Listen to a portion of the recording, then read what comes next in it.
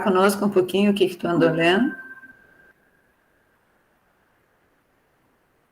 Ou pensando? E todos os componentes de todos os grupos, não é só o Thiago. Ai, prof, desculpa, você perguntou, eu estava falando, achei que o microfone estava ligado, mas não estava. Tá, eu pedi para tu deixar a imagem aí, daí a gente, em cima da imagem do grupo de vocês, todos os grupos discutirem um pouco essa visão da Lina, do Tupi or not Tupi, o que ela quis dizer com isso, e relacionar um pouco com os projetos. Todos, na verdade, têm uma relação de base com isso, e cada um tem um pouco de foco. Então, eu queria ver o que instalou para vocês aí no feriado, ou o que a gente pode tocar daqui para frente, como é que vocês interpretaram isso. E daí vale para todos os grupos, tá? Então, com a palavra, os membros do grupo da Serrinha, mas todo mundo pode falar. Então, professora, eu abri o PDF, né, do livro, eu fui direto para o capítulo que tinha essa questão do tupi ou não tupi, apesar de estar em espanhol, mas dá para entender, assim, 90%, 95%. E aí ela fala bastante, né, esse capítulo fala muito da relação dela com o Brasil, né, e dela ter vindo para cá, e aí ela fala, tem até uma analogia, assim, do povo indígena, e desse encontro de culturas, né? Apesar de tudo de ruim que aconteceu com esse encontro, teve essa mescla aí de culturas, e ela usa uma alegoria, assim, do hábito dos indígenas de canibalismo, né? Antropofagismo, que fala. E ela faz uma alegoria desse hábito deles com as culturas, né? Que meio que os índios, pelo que eu entendi, os índios não, o povo brasileiro, no caso, não sei, de comer a cultura europeia e digerir, e nesse processo sai uma coisa, foi o que eu entendi, que é o que a gente tem aí dessa mistura de culturas. Aí eu estava dando uma olhada e começou a falar também das obras dela, né, do MASP, e de algumas outras coisas lá em São Paulo, principalmente. E ela também tinha muito contato com o Nordeste, e é isso que eu consegui absorver, assim. Tá desligado, prof. Opa, desculpe. Tá, agora foi. Tu quer falar, Jennifer? Então, eu também lia um pouquinho da biografia da Lina, né? E do Tupi ou não Tupi. Eu até fui pesquisar por fora e eu vi que é um ditado já muito popular, por causa do Oswaldo, né, Andrade, e que é brasileiro ou não é brasileiro. Eu vi que eles relacionam muito. Então, eu vi que a Lina, ela veio com uns 40 anos para o Brasil, né? Que ela era italiana. E ela amou assim, a cultura brasileira e ela foi se naturalizando aqui. Principalmente lá no Nordeste. Então, eu vi a exposição dela, que tem vídeos no YouTube da exposição dela. É bem assim o que você encontraria no Nordeste, parece, sabe? Parece que é muito brasileira mesmo, as exposições que ela fez aqui no Brasil. E ela fala, tem uma frase no livro. Deixa eu só ver aqui rapidinho. Pode ficar à vontade. Mas tem uma frase no livro que ela fala que ela vai ser estrangeira em qualquer parte.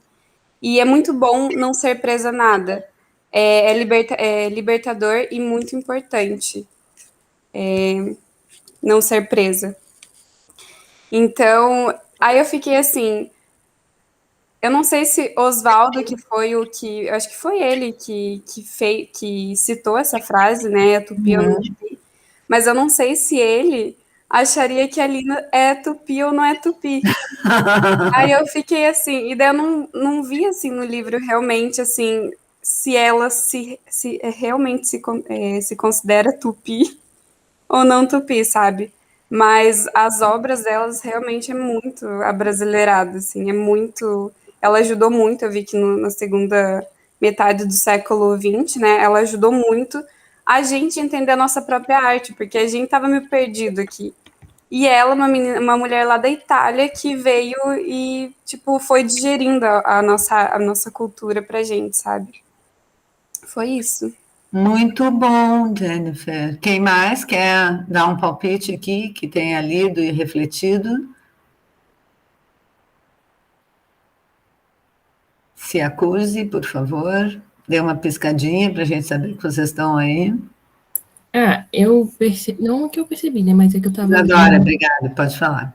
eu li um artigo ali do Arc Daily falando sobre a Alina, né, e daí ela falava sobre, não é o que ela falava, né, mas tem uma frase lá que eu entendi como se ela meio que quisesse evidenciar a arquitetura em movimento, sabe? Tipo, o nosso mover, o nosso cotidiano é o que molda o que a gente produz.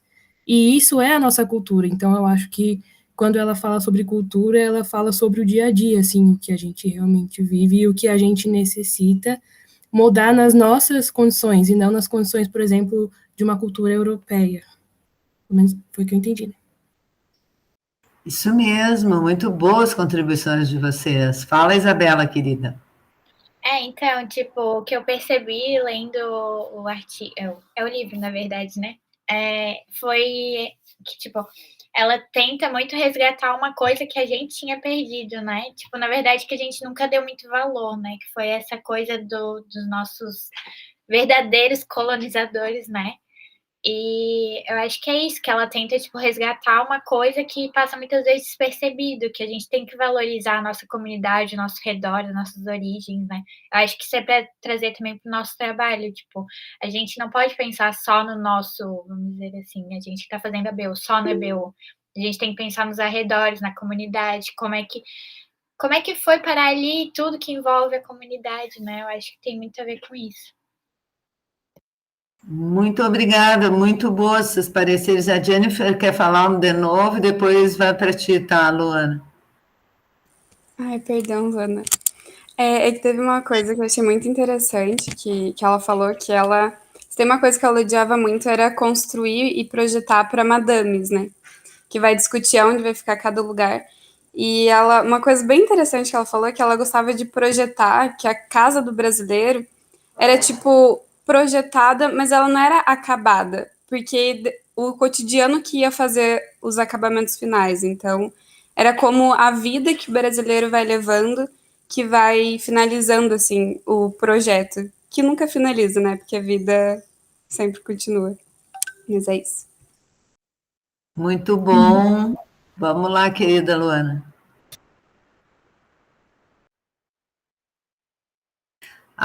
Eu acho que está sem. Ele desliga sozinho. Que esses últimos tempos a gente tem visto muito, até mesmo como tendência, essa coisa do voltar-se para dentro, de usar as coisas que são da nossa própria terra. E eu acho que esse contexto bate muito com essa questão da Alina, da gente olhar para a nossa cultura, olhar para nossos costumes, mas também a gente saber valorizar as matérias que a gente tem aqui. Porque muitas vezes a gente acaba importando produtos de fora e vendendo as nossas maiores riquezas e comprando as coisas dos outros industrializadas. A gente não usa essa pedra natural que a gente tem aqui, a gente não usa essas madeiras que são reaproveitadas. Então, tudo isso a gente acaba vendendo para fora e acaba trazendo coisas muito industrializadas e deixando isso de lado. Então, essa questão do olhar para dentro, eu acho que tem tudo a ver com a Lina, tudo a ver com a arquitetura que ela desenvolveu aqui no nosso país. E eu acho que também é um grande ponto de partida para a gente desenvolver os nossos projetos. É a gente olhar para dentro, né? Nós, como nós nos identificamos como brasileiros? Qual é a arquitetura brasileira? E a gente transformar isso de algo que se torne tão grande que os outros países olhem, olha, eu vou fazer isso aqui porque eu fui lá no Brasil e eu vi isso e achei o máximo. Então, que a gente se torne referência dentro da nossa própria cultura. Sou eu que estou sem Obrigada. microfone. Muito bom, muito bom. As visões de vocês estão excelentes. Quem mais quer contribuir?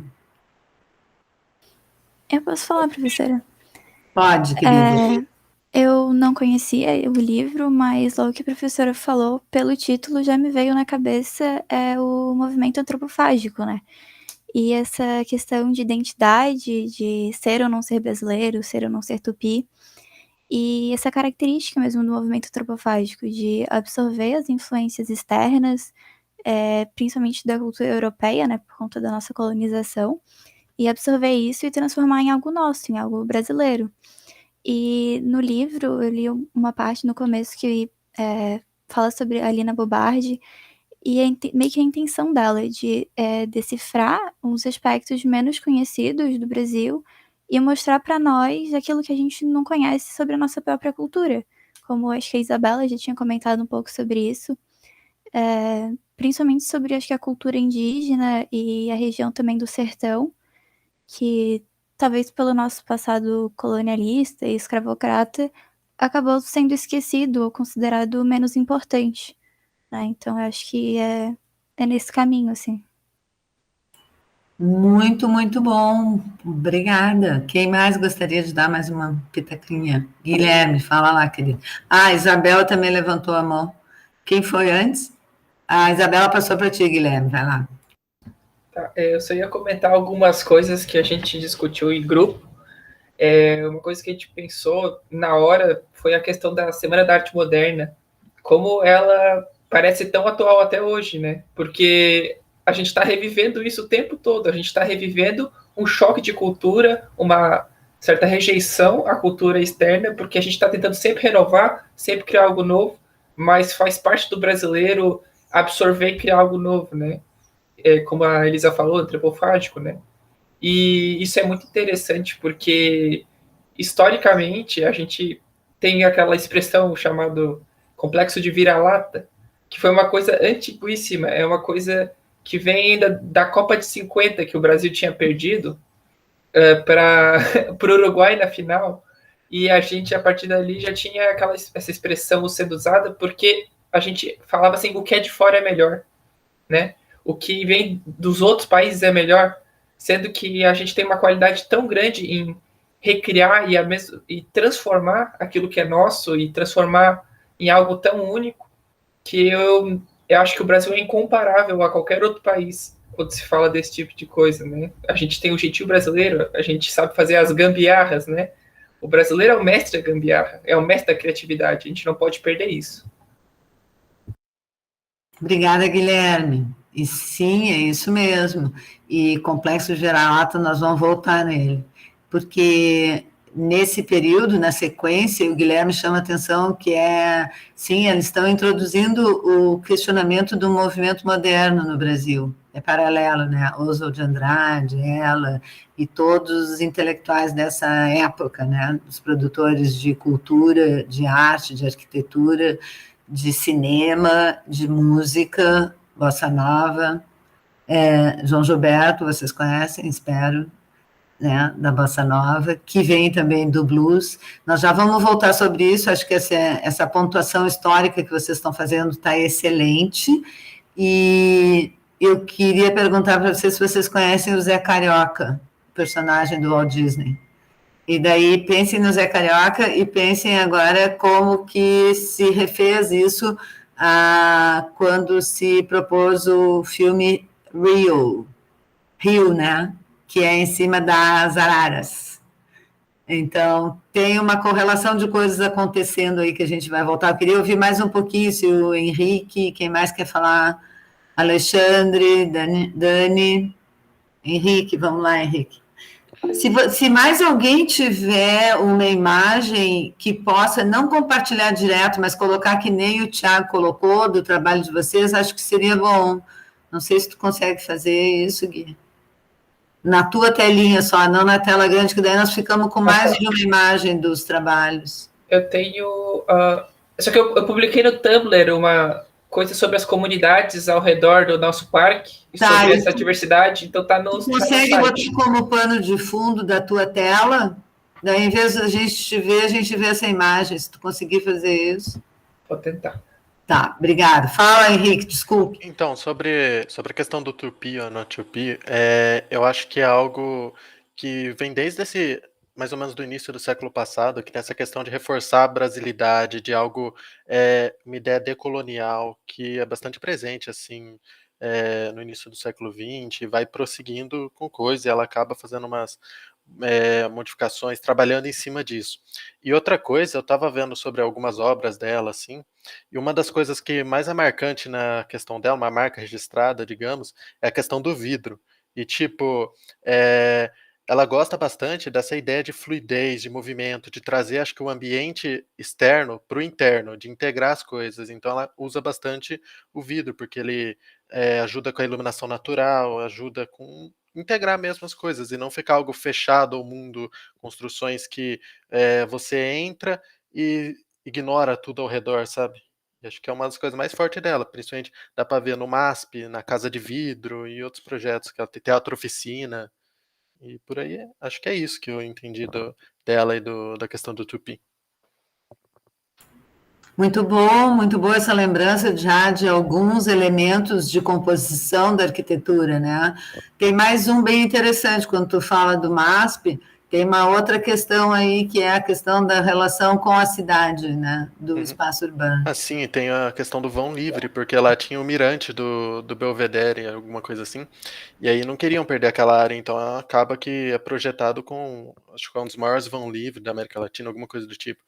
E aí meio que ainda permite a integração com o antigo mirante que tinha ali na época original da Avenida Paulista e tudo mais. Então ela constrói uma coisa, mas sem estragar o que já tinha, só integrando a própria cidade. Aí ela usa também o vidro e tudo mais, e visando integrar mesmo com a cidade.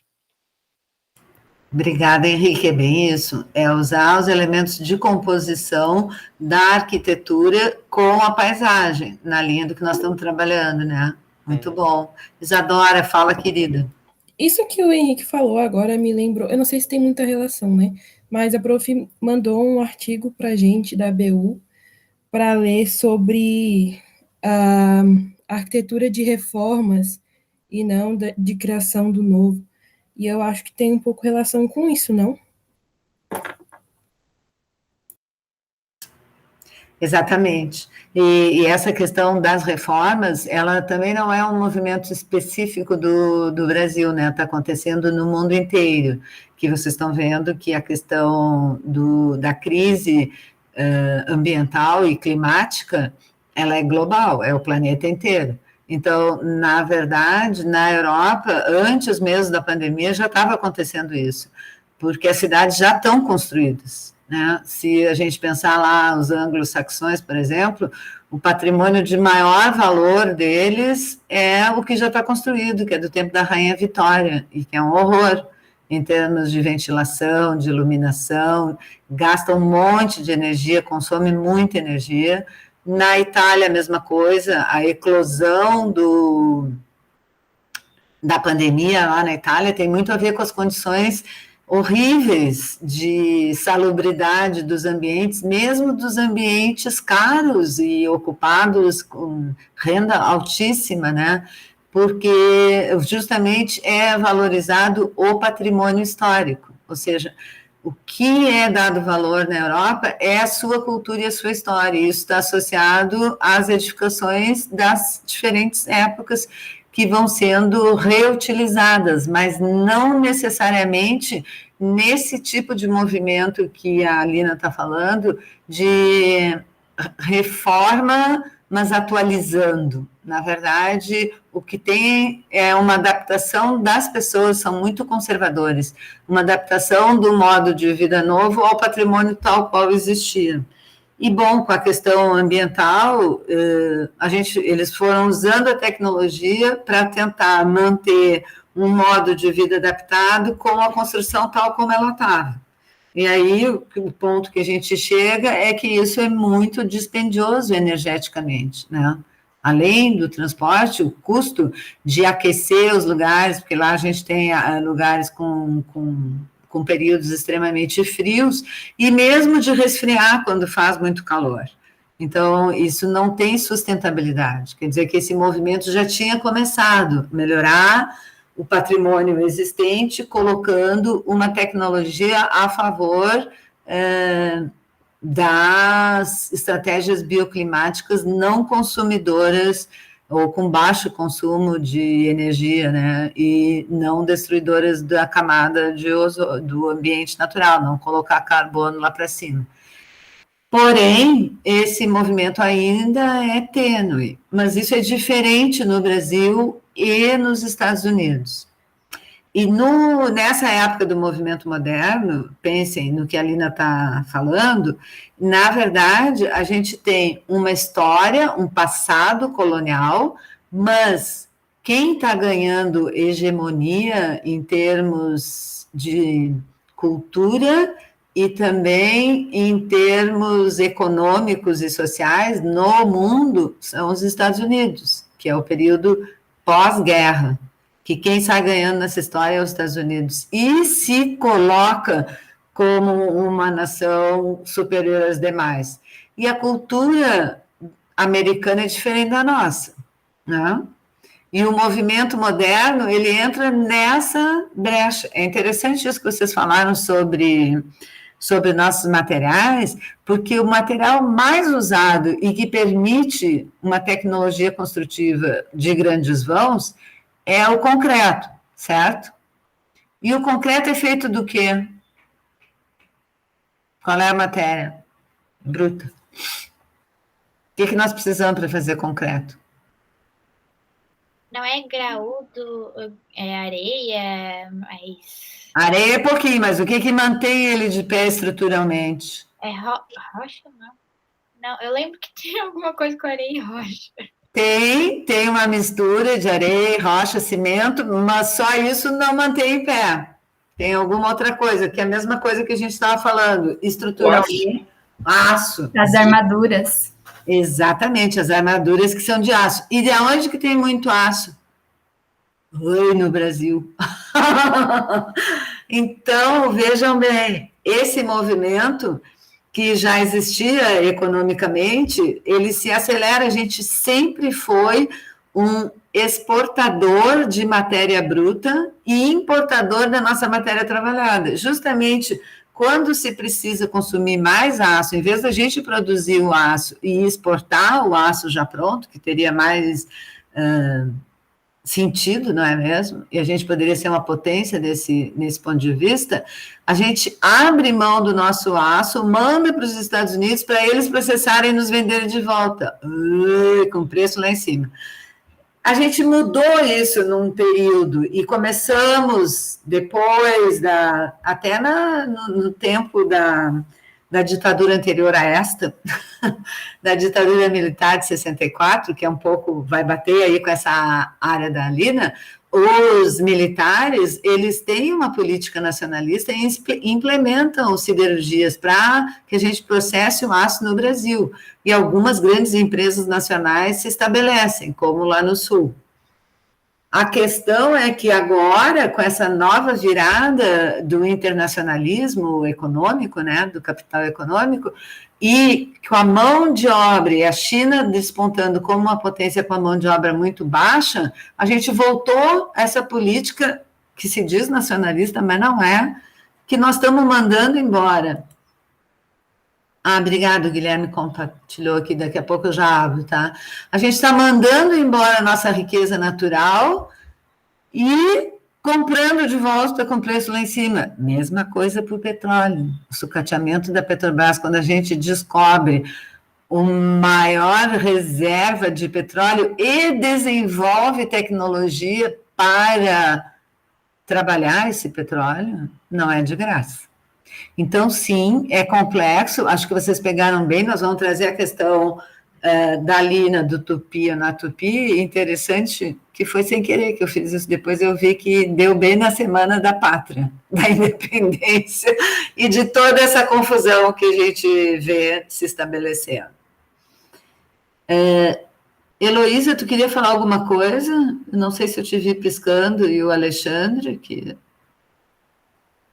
Acho que foi Elo, que eu não vi, Alexandre e Daniela, se vocês querem falar antes de eu fazer a costura aqui com as imagens. Olá, eu acho que eu posso Tudo bom, falar. Alexandre? Oi? Eu acho que eu posso agregar um pouquinho. Tá dando para me ouvir Olha, também? tá ótimo, pode falar. Eu acho que meu discurso é um pouco diferente do resto da turma, no sentido em que essa também, essa brasilidade e esse orgulho do que é nosso, mas toda vez que a gente fala sobre isso, sobre esse patriotismo, eu fico com um pouco de receio da gente exacerbar isso, sabe? Porque o próprio Tupi or Not Tupi, né, que é do Oswaldo de Andrade, ele representa a xenofobia, né? Mesmo que não seja o que a gente está tratando aqui, mas acaba entrando nesse meio. Então, eu só queria abrir essa discussão para o grupo para ver o que a gente pode, o que a gente acha sobre isso. Excelente lembrança, Alexandre, muito, muito bom. A Isadora disse que está com a internet instável. E Dani, tu quer falar um pouquinho? Então, prof, é que eu não consegui terminar de ler o livro, então eu fiquei com um pouco de receio de falar.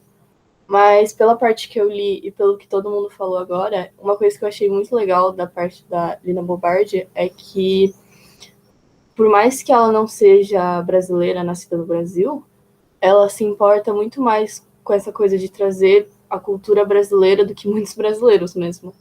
E isso me lembrou daquela discussão das primeiras aulas que a gente teve com você aqui, daquele vídeo dos arquitetos falando as dicas para os futuros arquitetos, e acho que foi uma das arquitetas, não vou lembrar o nome dela, que ela falou que tem essa coisa de que quando você é de um país e você vai no outro praticar arquitetura, não pode ter essa coisa de, tipo, querer impor o que você acha que é certo sem saber do que esse povo que mora lá precisa.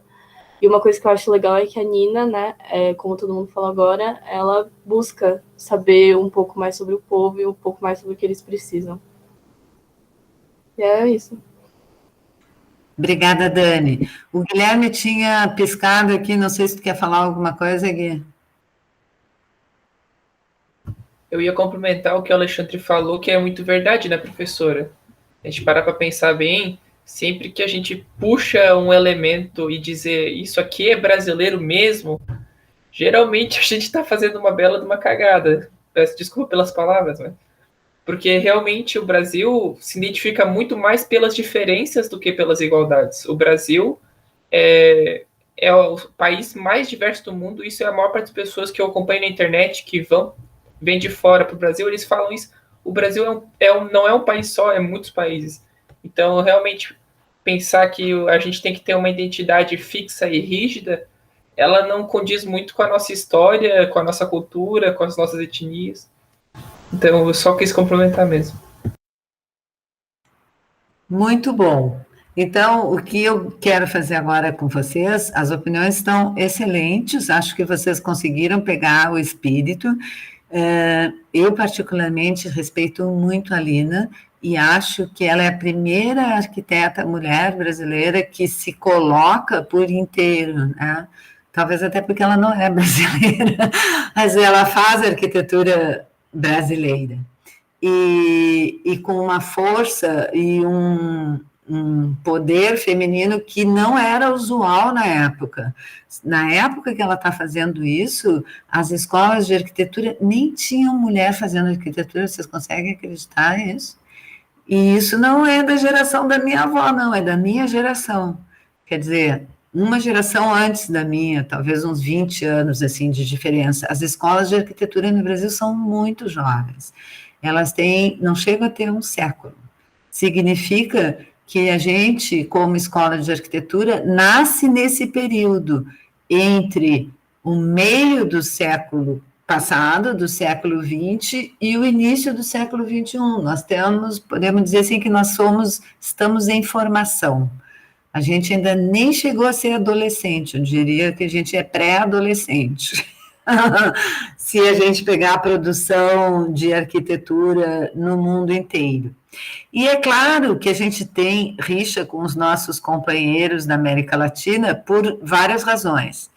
Lá para cima, especialmente Chile e México, porque eles não tiveram um processo de aculturamento que a gente teve. O nosso índio brasileiro, ele estava numa fase muito, por conta da abundância da natureza, muito mais próxima da natureza e de uma cultura que pudesse ser inteligível para culturas europeias e mesmo americanas, porque o nosso índio, ele estava numa fase diferente, inclusive, do próprio índio americano. Ele tinha uma relação mais direta com a natureza e uma necessidade menor de vida em comunidades estáveis. O que eu quero dizer com isso? Não havia plantação. Na verdade, ele se deslocava e se desloca dentro da mata, e por isso que ele é a parceria ideal para uma área de mata, na medida em que tem o alimento naquele lugar, e ele nunca extrai tanto da natureza que ela não dê tempo de se reciclar. Então, ele tem uma vida nômade. Mas, nos Estados Unidos, por conta da própria temperatura, né, e das condições bioclimáticas, o indígena desenvolve uma vida social, o índio americano, diferente da nossa. Então, quando acontece o processo de colonização da América Latina, vocês já devem ter lido sobre isso. Se não leram, eu recomendo Eduardo Galeano, Veias Abertas da América Latina, para vocês lerem. Eu amo esse cara, ele já morreu recentemente. Ele é maravilhoso, porque ele trata exatamente disso, do processo de colonização da América Latina. Não entra com os Estados Unidos na história, que é um pouquinho diferente, né? Então, não houve esse processo de negação da cultura local.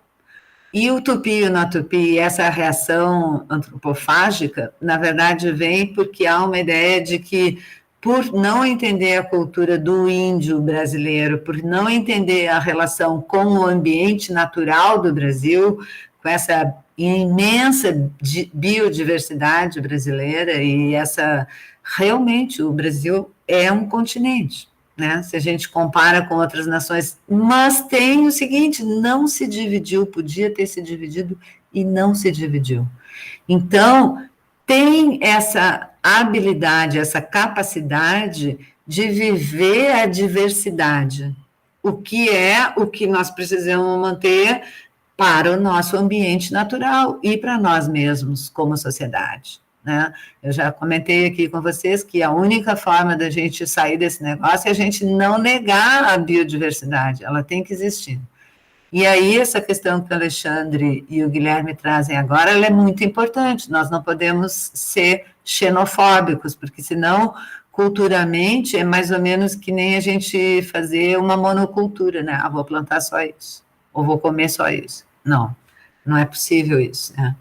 Claro que durante o período da Lina e dos modernistas no Brasil, houve uma exacerbação, porque eles tinham que se contrapor a um movimento de internacionalização que estava ganhando espaço, e ganhou muito espaço, em que pese, mesmo que Oscar Niemeyer e Lúcio Costa tenham voltado um pouco para as raízes, vocês vão ver que a linguagem de arquitetura deles é muito próxima, mais do Oscar do que do Lúcio Costa, que não produz tanta arquitetura, ele vai mais para o lado do urbano e não do objeto arquitetônico, mas o urbano dele faz com que o Oscar possa desenvolver uma arquitetura que é egocentrada e tem esse veio artístico, na verdade, onde a arquitetura é vista como arte, como objeto de arte.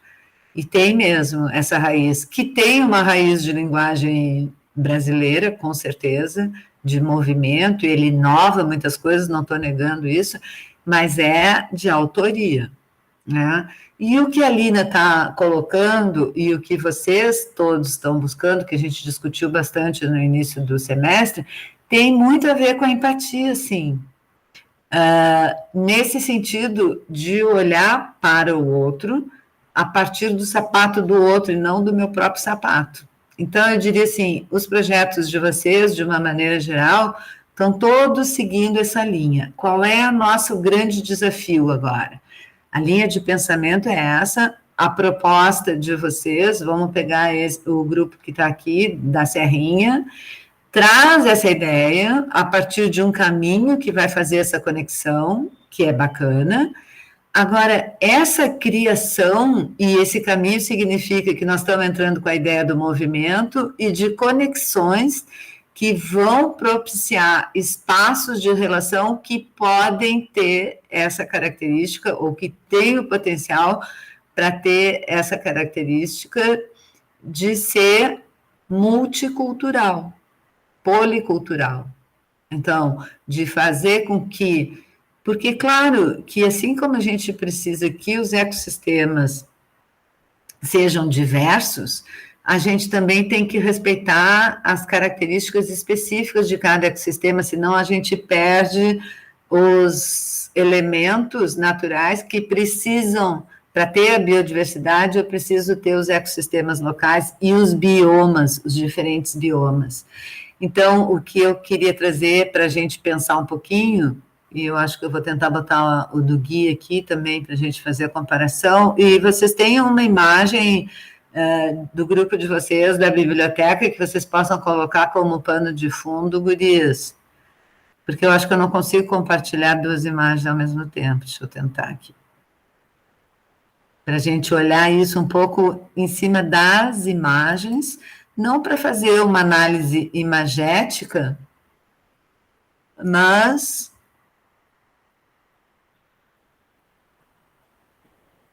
para a gente tentar identificar nas imagens quais são esses elementos de composição. Eu vou compartilhar o deles, tá? E se vocês conseguirem botar, Tiago, não tira o teu, vamos deixar todas as imagens juntas para a gente tentar fazer uma comparação. E aí eu deixo um mosaico com as imagens pequenininhas, inclusive do meu compartilhamento eu deixo menor junto com o mosaico. Deixa eu ver. Prof, eu tenho que compartilhar a tela, daí eu não sei se dá de compartilhar as duas ao mesmo tempo, né? Eu acho que não, porque eu também não consigo fazer duas ao mesmo tempo. Deixa eu ver. Guilherme, qual é? Tu não consegue botar só na tua janela, né? Essa aí, prof, a gente fez rapidinho, mas é mais para contextualizar as comunidades, quem é que está na região. Tá, então nós vamos fazer 2 a 2, assim. Primeiro vamos pegar essa imagem aqui com a maquetezinha do outro grupo. Deixa eu botar todo mundo aqui para a gente se enxergar.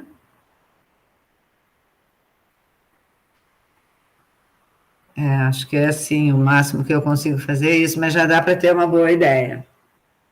Então, vejam bem, uma está em maquete e a outra está uma vista em cima. Mas o que aparece aqui com as flechinhas e com o caminho? O que vocês acham que tem em comum entre os dois?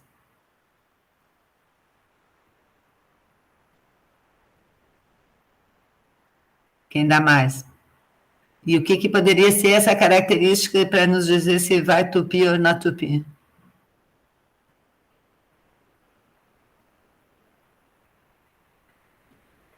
Quem se anima? Vocês já começaram a falar nisso aqui, que é a mesma coisa que a Alina traz, que é a questão de identificar quem são os atores sociais. Então, ali está marcado comunidade, Córrego Grande, Anchieta e Parque São Jorge. Aqui, no trabalho dos meninos da Serrinha, não está, mas a gente sabe, porque a gente tem a ideia de que eu tenho um caminho linear que está conectando coisas. Aqui, vocês também têm um caminho linear conectando coisas. A base do caminho é o ambiente natural dentro da cidade. E esse caminho está fazendo a conexão entre diferentes biomas sociais e ecológicos. Eu tinha dito para vocês que eu tinha falado sobre isso, mas eu não falei aqui, não. Eu entrei com esse assunto, eu achei que era demais para vocês, mas agora nós estamos quase entrando nele. Foi no P2, que é a ecologia social. é um caminho que pode nos trazer para essa ideia de movimento, de interação de diferentes biomas, no sentido de integração e conexão, respeitando as características de cada bioma e, ao mesmo tempo, articulando e permitindo essa biodiversidade, também social. Então, eu diria assim, está muito interessante os trabalhos de vocês, e eu queria resgatar exatamente isso, porque vocês estão trabalhando com a arquitetura do movimento. No caso da Lina, vocês veem que às vezes é um caminho, mas muitas vezes ela está usando um enquadramento cênico, e aí o Henrique nos lembrou muito bem ali. Quando ela coloca o vidro, ela não coloca só o vidro, na verdade ela está construindo janelas e está enquadrando cenicamente à medida que a gente vai se deslocando por aquele lugar e permitindo essa integração entre o ambiente natural e o ambiente construído, o ambiente urbano, do uso interno e do uso externo, né? Que é super interessante, tem tudo a ver com o que vocês estão fazendo, e com aquela cutucada que eu dei no César, e que ele respondeu muito bem, eu queria resgatar isso aqui com vocês, que é que nós temos que encontrar um meio termo. Nós não podemos colocar um patriotismo fake news contra coisas que não são brasileiras, não é da nossa índole, mesmo quando alguns indígenas eram antropofágicos, a essência cultural da antropofagia não é comer o outro para acabar com o outro, é comer o outro no sentido não literário, vamos pensar assim, claro que eles também comiam no sentido literário, mas o que está por trás dessa cultura é que ao comer o outro, eu absorvo as qualidades do outro, é isso que o guerreiro antropofágico faz. E é essa analogia da cultura, é eu absorver tal ponto que ela passa a fazer parte de mim. Claro que é um exagero, aí nós não precisamos de tanto assim. Mas o que aconteceu no movimento de colonização brasileira, no primeiro ciclo da colonização brasileira, não foi isso, não foi o reconhecimento de que havia uma cultura no local, foi o reconhecimento que não tinha cultura, então vieram os jesuítas para impor uma cultura. E os índios brasileiros, eles não eram todos de guerra, não eram todos guerreiros, pelo contrário, eles viviam na abundância. Então, eles tinham uma tendência a acolher, a deixar o cara vir para a terra dele e acreditar que o cara tinha uma boa índole igual a dele, e que tinha uma mudança tão grande que dava para todo mundo. Mas ele não tinha a menor compreensão do que era outra cultura, a tal ponto, que eu acho que não comentei com vocês, mas nos estudos da antropologia isso aparece, assim como o colonizador português não conseguiu entender, e nem o jesuíta, a cultura indígena, o indígena no início era tão estranho para eles, aquilo que estava chegando no Brasil, como uma caravela, por exemplo, que mesmo a caravela estando na frente deles, na linha do horizonte, eles não conseguiam ver. O primeiro cara que conseguiu ver, por que eles não conseguiam ver? Porque eles não tinham referência de caravela. Então, se eu não tenho uma referência, um padrão cultural, aquilo não existe para mim. O que eles conseguiram ver, e daí foi um pajé, que, na verdade, na cultura indígena, ele não tem só essa relação com o sobrenatural, ele tem uma sabedoria além da média do seu próprio povo, ele percebe que tem uma mudança na água e que tem uma mudança naquela paisagem, até que, num estado alterado de consciência, ele consegue perceber o que é. E claro que quando começam a descer os portugueses e chegam no Brasil, daí eles se dão conta, e daí eles têm o primeiro contato com a caravela e conseguem, então, ter uma referência mental para poder entender uma caravela. Esse é o processo extremo da antropofagia que a gente está falando. E tem esse sentido figurado também, que é o sentido que os modernistas estão trazendo. Oswald, depois a própria Lina, esse grupo de intelectuais que, na época, são a vanguarda, né, do movimento moderno. que está acontecendo no Brasil, e daí depois a gente pode discorrer mais sobre isso. Então, vamos dizer assim, a gente bebeu dessa água, todas as escolas de arquitetura, no início delas, muitas beberam fortemente dessa água, algumas, como a minha, no Sul, muito relacionada, a gente tinha uma relação muito grande com a Buenos Aires, e Buenos Aires começou a ter escola de arquitetura e urbanismo antes do Brasil, porque a forma de relação deles com a cultura anglo-saxã é muito diferente da nossa. Então, a própria cidade de Buenos Aires, a Argentina, de uma maneira geral, teve uma relação completamente diferente e absorveu a cultura de uma forma diferente do ponto de vista urbano. E o movimento moderno lá foi diferente do nosso. Então, alguns valores deles, na verdade, é uma mimetização muito grande com valores anglo-saxões. Depois a gente pode voltar nisso, e, obviamente, também espanhóis. Tá? Então, acho que nós temos aqui nessa representação uma representação não tridimensional, plana, aqui, mas com um mapa de conceitos e de ideias que a gente já tem referência para interpretar, que são bem interessantes, e do grupo da Serrinha e da UFSC, essa correlação super importante que está dada daí no movimento desse caminho, desse corredor verde, que na verdade é um corredor cultural, ele é ecossocial, digamos assim, né? Vocês estão querendo trazer a biodiversidade e aqui no córrego ele poderá ter esse potencial ou não, vai depender de como a gente vai interpretar isso. Nos dois casos, o que vai nos dar, se vocês observarem lá no trabalho da Lina? É o desenho, é o projeto, é o desenho do detalhe a partir das pessoas usando esse espaço. Então, agora eu vou pedir para o grupo, deixa o Tiago aí, e o grupo da biblioteca, eu vou parar meu compartilhamento, e o grupo da biblioteca, por favor, coloca aí a BU para nós.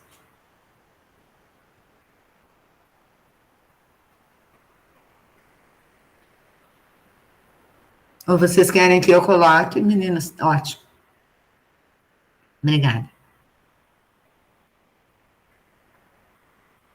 Vocês têm uma imagem externa da BU, esse era o último trabalho de vocês, já vai em cima da planta, mas eu queria aquele que vocês tenham as imagens externas.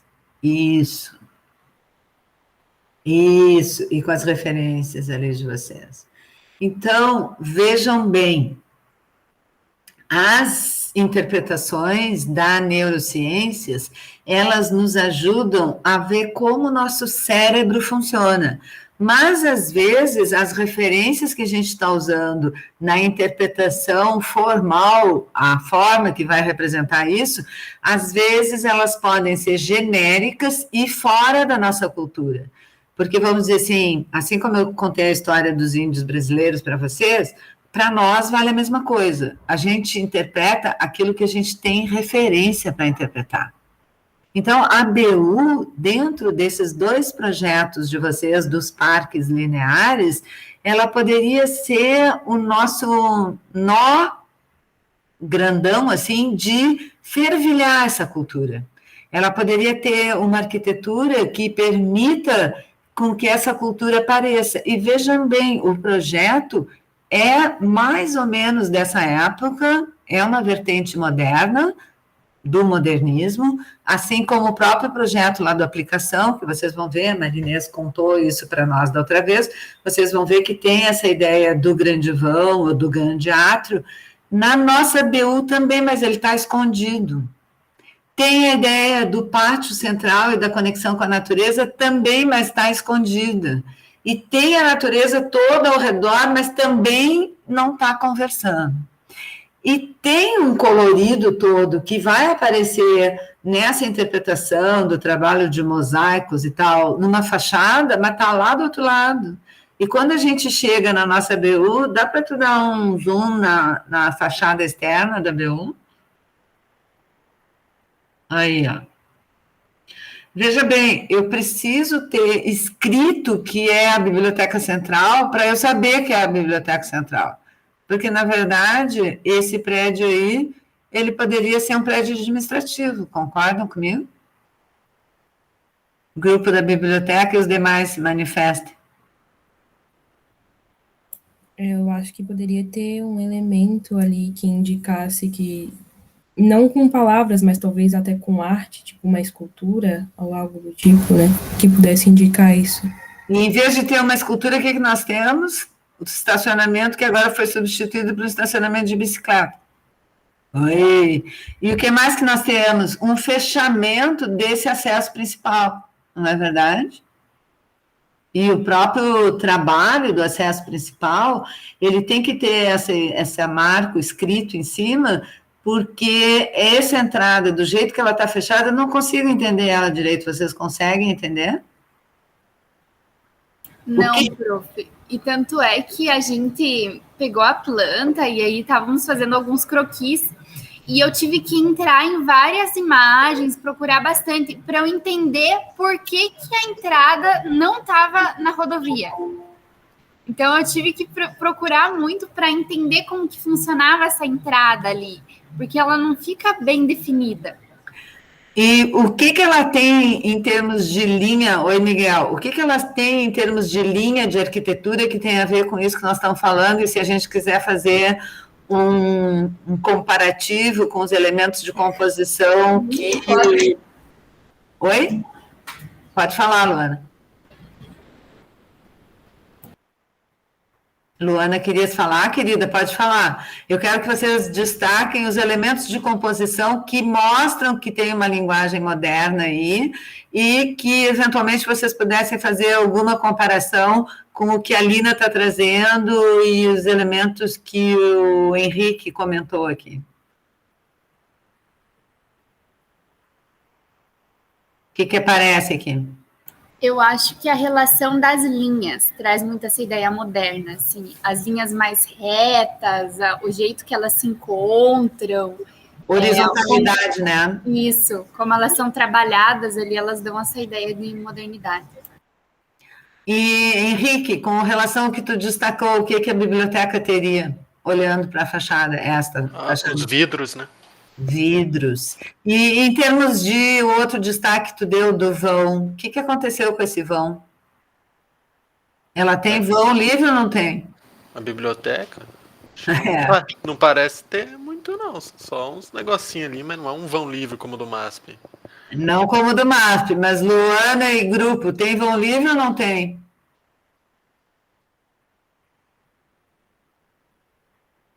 Olhando por dentro, quem é que já visitou bastante a biblioteca do grupo de vocês, que agora me esqueci quem era? É tu mesmo, não, Luana? Não, a Bela. Quem? É que o meu microfone estava desligado. Ah, tá. Fala, querida. Tem vão livre ou não tem? Por dentro tem, aham. Tem. Por dentro, né? Por fora é bem... E aonde que está o vão livre, olhando essa fachada? É para ser bem aqui, né? Exatamente. Exatamente. É exatamente aí. Se vocês compararem esse projeto aqui com o projeto da aplicação, vocês já olharam o projeto da aplicação, que é da professora Marinês? Ainda não, prof. Ah. Então, esse projeto, todos os projetos da UFSC, eles vão sendo alterados. Impressionante isso. Parece que a gente não tem escola de arquitetura. Os projetos modernistas, a cada etapa faz um puxadinho aqui, puxa para lá e vai alterando. O que mais que tem nessa fachada que está super esquisito? Eu acho que são as cores também dela, não é? Eu acho meio apagada, assim, a Bel. Mas se pensa em termos da janela e dos fechamentos e do que vem para frente, o que vai para trás, o que está esquisito? Guilherme, fala. Ô, prof, faz algum sentido eu falar que falta uma simetria? Não é muito... É muito caótico, pelo menos, a fachada, na minha opinião. Aparece caótica, né? Mas se a gente olhar de longe, tu vai ver que as linhas principais da estrutura têm simetria. O que está acontecendo aqui? O que está nos atrapalhando para enxergar isso? Eu acho que está escuro. Tem um volume. Os volumes da do que da membrana externa, que são coisas que vão sendo acrescentadas depois. Então, vocês vão ver ali que na fachada, onde se colocou o título, tem um treco ali que parece uma casinha, uma meia-água que vai puxando. Aquilo ali pode ser de linguagem modernista? E combina com a cobertura, com a cobertura? Ou com a própria fachada? Professora, não sei se tem meia água ali. Do que a senhora está falando? Eu estou falando aqui bem da pontinha ali, quando tem uma caixinha coberta e tem uma meia águazinha em cima. Tá. Sim. Uma saliência. Que, na verdade, está se apoiando numa viga, mas aquilo ali não é viga, não é nada. Aquilo é uma vedação. O que é aquilo? Então, e é a mesma coisa que a gente vai ter lá embaixo do título. Nessa parte bem da ponta, a gente vai ter uma gaiolinha ali suspensa, não é? A gente tem várias linhas de fechamento que estão dando essa ideia aí de que tem uma confusão, que é simplesmente um fechamento, que está isso aí feito depois, obviamente, do projeto. Porque se a gente for pegar o projeto, gurias, vocês que têm ela aí, o projeto modernista, ele nasce em cima da ideia da estrutura, é a estrutura que determina ele, é a estrutura que a gente chama de tectônica, a estrutura dá a forma, tá? Então, pegando um corte e olhando o estrutural, se a gente botar só o esqueleto da biblioteca em cima, vivo, né? A gente consegue começar a ter essa ideia do que é a biblioteca, que pode ser uma coisa interessante agora de vocês montarem. A caixinha da biblioteca, ou seja, esse que eu estou chamando da caixinha, brincando, na verdade, é a estrutura, como é que foi pensada a biblioteca e depois o que a vedação está acontecendo. Por que eu estou chamando atenção para a parte externa e não para a parte interna? Porque é na parte externa e na relação com o espaço do campus e do campus com a cidade, que a gente, no primeiro momento, vai poder dizer se tupi ou não tupi, né? Claro que o espaço interno também é importante, mas, como está usando uma linguagem moderna, não gosto de dizer modernista, mas moderna, que significa o quê? Eu tenho uma estrutura onde as fachadas são completamente independentes da estrutura. Isso significa que a reciclagem, o reuso do espaço interno, ele pode ser completamente alterado, o layout. Tem pouquíssimos elementos que vão dizer, claro que tem a modularização dos pilares, mas, de maneira geral, se vocês olharem ali entre os módulos do pilar, eu posso fazer inúmeras composições diferentes do que existe hoje. Se a gente voltar para o tupi ou não tupi e para a proposta da Lina, a arquitetura em movimento dela não é só o movimento da relação das pessoas transitando na rua e se apropriando da paisagem urbana ou da paisagem do ambiente, mas como que isso é trazido para dentro do projeto com uma ideia de estrutura e forma que nascem juntas e que permitem que eu vá fazendo essa construção, redefinição, vamos dizer assim, dos espaços internos, na medida em que o modo de vida das pessoas vai mudando e que as pessoas vão se apropriando, ou para usar a linguagem deles na época, fazendo uma antropofagia, vão comendo esse espaço e reutilizando o espaço e devolvendo o espaço, tá? Então, os projetos de vocês todos têm a potencialidade de tupi, sim. E era isso que eu queria que vocês entendessem.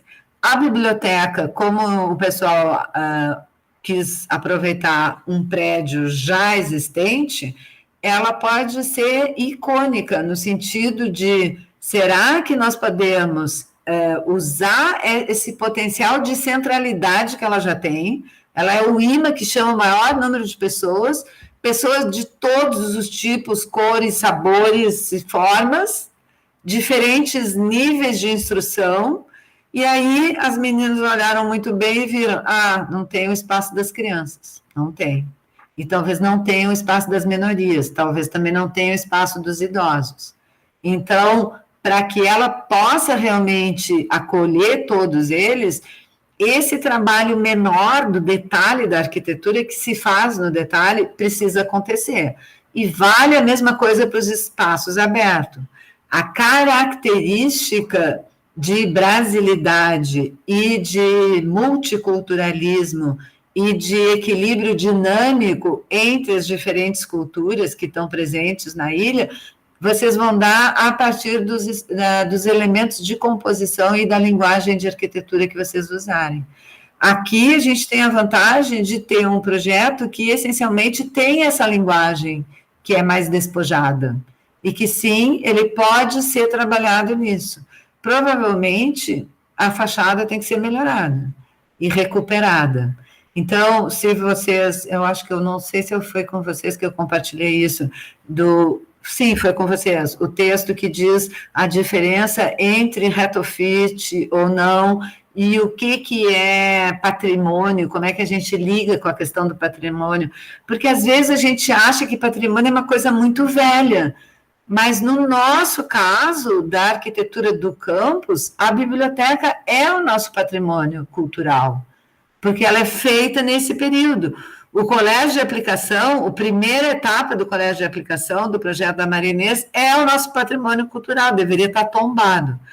O único que tem tombamento, acho que o César se matou para conseguir, e que mesmo assim já está altamente deturpado, é o projeto,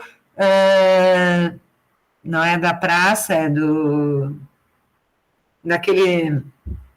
Como é que eles chamam? Esqueci o nome agora em português, do Square, que é só aquela parte do projeto do Burle Marx. É a única coisa. Oi? Da Praça da Cidadania. A Praça da Cidadania. É só aquilo que está tombado. E, na verdade, a gente tem elementos para isso, e olhem como a gente não tupi nossa própria condição. A gente bypassa, né? Não só nosso ambiente natural, que a gente está decompondo, mas o nosso ambiente da nossa cultura local, que conversa muito bem, e da nossa brasilidade, que é isso, é a gente ter todos os tipos, formas, cores e sabores, e uma coisa que a gente tinha que eu estou chocada, eu realmente choro cada vez que eu vejo essas imagens na TV, que é essa exacerbação de botar brasileiros contra brasileiros. E nessa dimensão, nunca imaginei que a gente estivesse nessa dimensão. É assustador isso, porque a divisão, ela cria essas bolhas, essas máscaras que impede que a gente enxergue a realidade maravilhosa que a gente tem. E a gente se perde um pouco nisso. Então, eu queria provocar vocês para a gente ir para os detalhes. Eu quero saber se tem mais gente que quer dar contribuições aqui. Porque, se lembra aquela lista de qualidades que eu passei para vocês? Na tradução dessas qualidades que vocês acharem que os espaços que vocês estão propondo têm que ter, e na escolha da linguagem de traduzir essas qualidades, que vocês vão fazer a pequena ruminação antropofágica do que vocês, como grupo, cada um dos grupos, e o que nós fomos capazes de discutir agora. No bom sentido, não se apavore, nós não estamos comendo o churrasco dos gaúchos, que a gente depois vai cuspir e botar fora, né? Não é isso. A gente vai mastigar e digerir esses pequenos detalhes para o que vocês vierem a propor, seja alguma coisa que tem uma marca de vocês e tenha a marca de todo mundo que está em volta e a possibilidade de ser outras coisas também, tá? Então, esse exemplo da Biblioteca Central eu quis trazer aqui porque a gente passa batido, né? E se tivesse cheio de gente, a gente nem ia reparar isso, porque ia ter tanta gente que a gente ia estar meio atropelado e não se dá conta. Que é uma absurdidade a gente pensar em substituir o espaço. Vejam que quem fez esse desenho está com o mesmo paradigma de estacionamento de carro. Só que agora é de bike. Oi, qual é o ganho que a gente tem de pegar uma área super nobre na frente e fazer isso, estacionamento de bike? A pessoa não tem noção, não é verdade? Porque não interessa se é bike ou se é carro, o estrago é igual. Talvez o da bike é mais friendly, mas desse jeito que está sendo feito não é nada friendly. Ele é contrário ao que a gente quer desse espaço, tá? Porque uma forma da gente usufruir disso que a gente está digerindo é nessa arquitetura da Lina, onde ela vai enquadrando e vai colocando frames. É mais ou menos como o cinema, na época da Lina, era assim, né? Que não era digital. E na animação também, a gente desenhava cada animação e juntando vários desses desenhos, a gente tinha um movimento. Então, no cinema também, se vocês fossem, nem é do tempo de vocês, cinema em rolo, mas quem já viu isso, e a gente andou trabalhando em arquitetura, isso que é produzir uma máquina de tirar foto que a gente constrói numa caixinha, porque daí vocês vão ter o tempo esse de abertura e de fechamento do diafragma, que é o tempo que a gente leva para entender o espaço. E é por isso que o Miguel e algumas pessoas da arquitetura defendem bastante o desenho à mão, que é o que tem de bacana no desenho à mão? É o tempo da gente observar. Então, o desenho à mão, ele é bacana se ele é um desenho de observação, que significa que eu tenho que poder contemplar. Não sei se só observação, mas raciocínio também, né? É as duas coisas, mas aqui, para raciocinar, eu tenho que ser capaz de contemplar e observar. Então, é uma sequência. Eu primeiro fico tranquila, fico parada, contemplo, respiro, vejo o que eu estou sentindo, o que eu estou conseguindo ver, reproduzo o que eu estou conseguindo ver, e depois eu consigo refletir sobre a reprodução do que eu consegui escrever. Se não fosse arquiteto, eu poderia fazer isso com uma câmera fotográfica, com um filme, com um texto, com uma música. Então, no caso da arquitetura, a nossa linguagem é a forma de composição, a composição da forma, e não a forma da composição. Então, ela está nessa riqueza dos detalhes, eu consegui parar e prestar atenção, tá? Então, claro, a relação aí antropofágica, ela é interessante porque ela precisa que todo o nosso corpo metabolize, né? Mesmo que eu engolir um pedaço inteiro, ele vai ter que passar por todo um processo, alguma coisa vai ser a energia que alimenta o meu corpo, e o resto eu vou botar fora. É o que sai, na forma do excremento, né? Então, a gente, obviamente, que quanto mais eu digerir, quanto mais eu mastigar, mais eu vou estar nutrindo o meu corpo daquela energia, daquele alimento. Culturalmente, é a mesma coisa. Então, sim, vocês podem fazer e devem usar o meio digital com essa ideia. O meio digital, ele nos pega porque a nossa mente, eu já tinha falado isso para vocês, a nossa mente, ela pula de uma coisa para outra. E tem uma característica de não ficar quieta no lugar. Então, se a mente vai pulando, no meio digital é muito fácil de eu ficar saltitando e não parar numa coisa. O tempo suficiente de prestar atenção no que eu estou vendo. É assim que funciona o Face, é assim que funciona o Instagram, é assim que está a linguagem de texto de vocês. Eu confesso que eu nem sei mais ler. Por outro lado, ninguém me aguenta, porque eu nunca consigo fazer uma frase tão sucinta que não seja, então, desenhando, não é verdade? Eu uso muito mais a linguagem, que é a linguagem escrita do tempo que eu aprendi a ler, escrever. Eu sou uma pessoa que lê textos, muitos textos.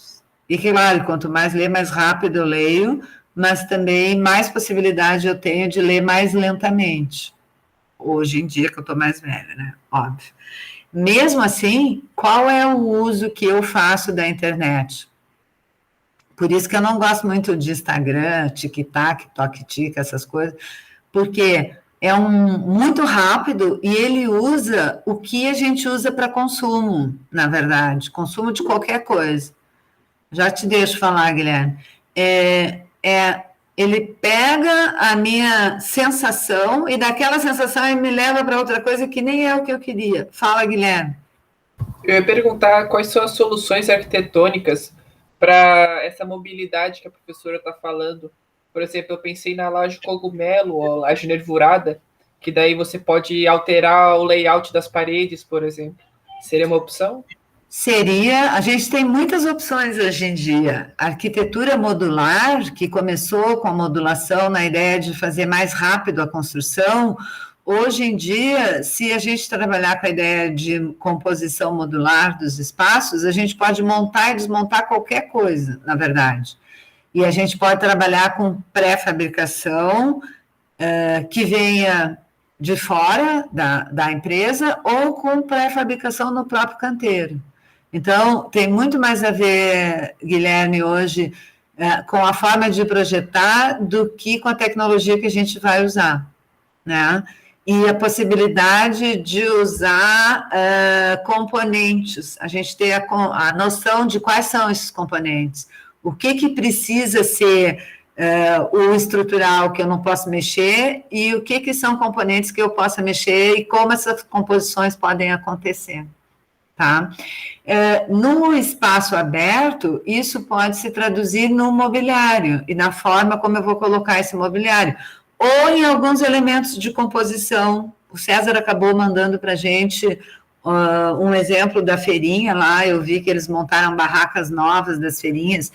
Isso agora a gente vai passar nos grupos e discutir um pouco com vocês daí em cima do projeto. Eu queria, para fechar, obrigada, pessoal, podem desligar as imagens, e vamos voltar aqui para o nosso mosaico com as nossas carinhas.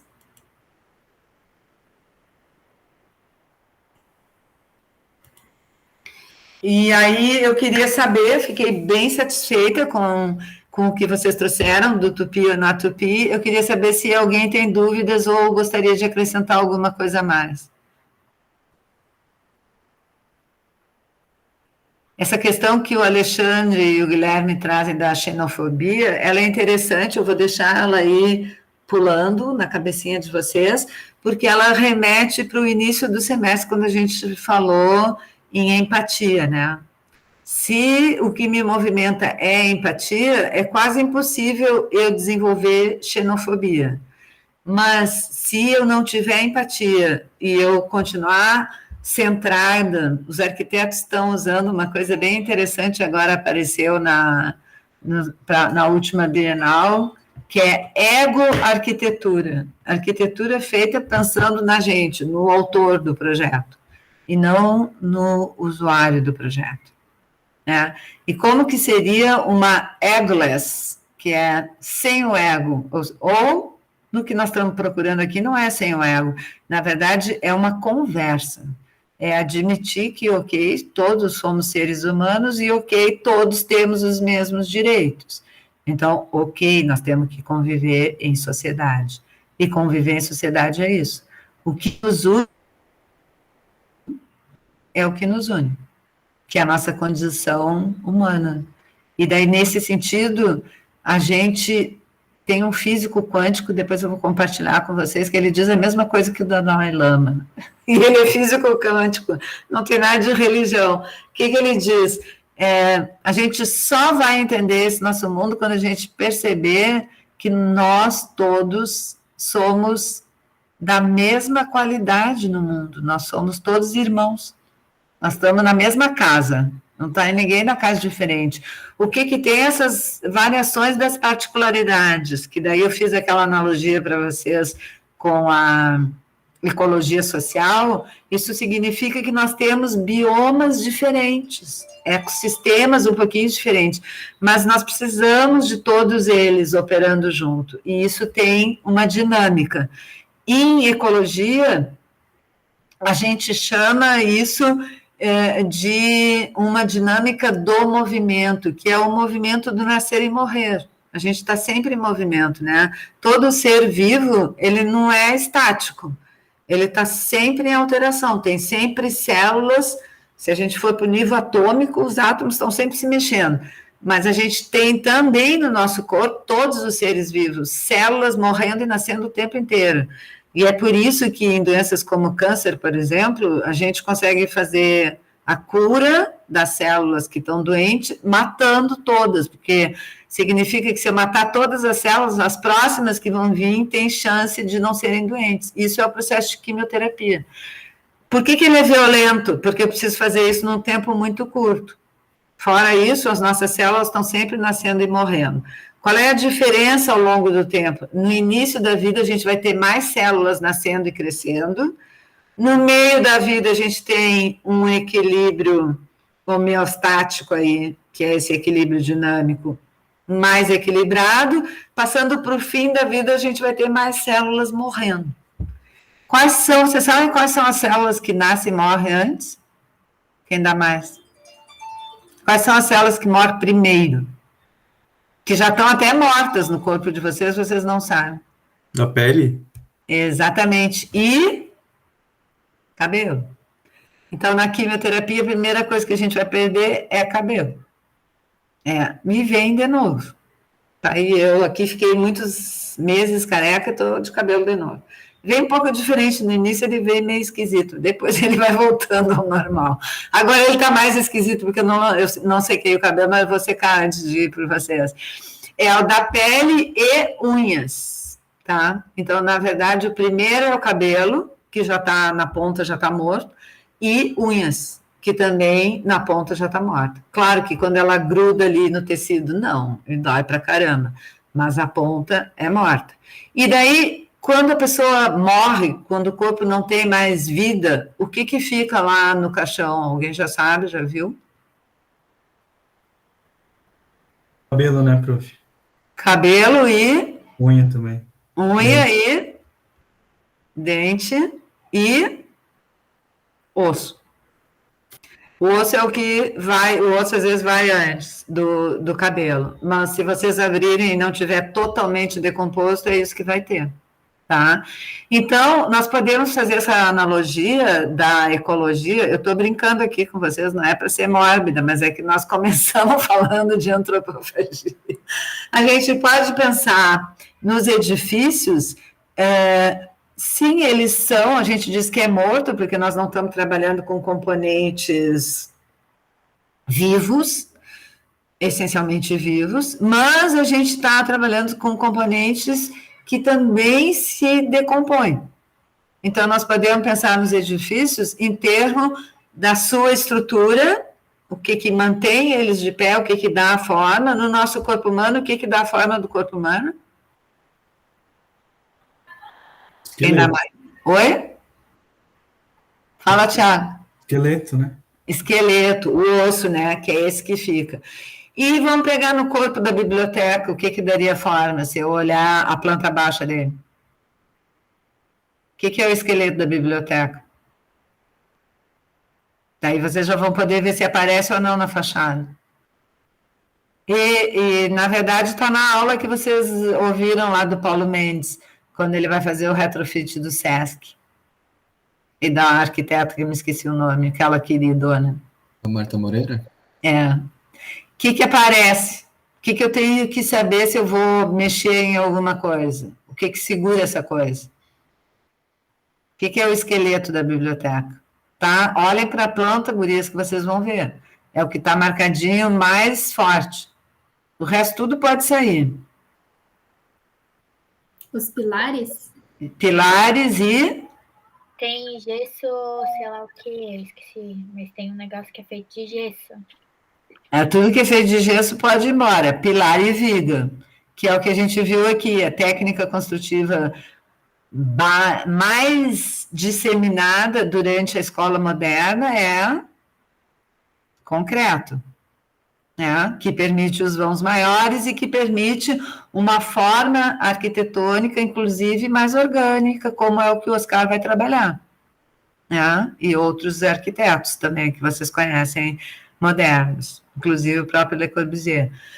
Então, a forma mais linear, ela é uma das correntes da escola moderna, mas não é a única, porque quando muda a técnica construtiva e quando eu libero os vãos usando o pilar e usando o concreto e, portanto, usando o ferro, o aço, para poder fazer esses vãos maiores, na verdade, eu posso fazer essa forma mais orgânica também. tá? Então, é isso que a gente vai olhar agora, não as formas, vocês não vão todos lançar partidos arquitetônicos, alguns sim, outros não, mas talvez mais trabalhar com uma arquitetura, que é essa arquitetura, vamos dizer assim, do equilíbrio homeostático, ou seja, é a arquitetura que está ali por um tempo, que a gente chama efêmera, não vai ficar ali para sempre, e eventualmente pode ser reciclada. Tanto as meninas que estão trabalhando dentro da biblioteca, quanto os grupos que estão trabalhando nos parques e fora do espaço construído, ainda que podem querer colocar algum espaço de construção. São exemplos de arquitetura efêmera. O que vocês vierem a botar dentro da biblioteca é recheio, né? É a pele que está externa, ou é a musculatura, é o que vocês vão reequacionar internamente, mas tudo isso pode sair, o esqueleto vai continuar. Tá bom? Ok? Alguém tem dúvidas aqui? Não? Alguém quer trocar mais alguma figurinha dos grupos? Eu acho que nós estamos indo muito bem. Então, passei da hora. Tá, era para ser 13h30, são 4. Então, nós vamos fazer o seguinte, vamos dar até as 4h15, e daí a gente vai passando nos grupos, tá, Miguel? Para conversar sobre linguagem compositiva, e daí, o que dia é hoje? Na semana que vem, a gente volta a fazer um fechamento teórico que eu não queria fazer mais na segunda aula, mas é que foi feriado, então acabou ficando para essa. Tá? E eu vou também com o Miguel conversar um pouco sobre os blogs, porque agora nós estamos na reta final, então nós temos que programar o que vocês vão fazer para não ter sobretrabalho em casa. Eu quero que vocês usem agora as próximas aulas para trabalhar, para fechar a proposta, tá? E deixar redondinho a proposta, o blog, as imagens, vamos ver o que vai ser necessário. Tá bom? Voltamos, então, se ninguém tem mais... Ah, me esqueci de parar a gravação, vai ficar muito grande, depois vocês não têm saco de ouvir. Essa gravação aqui,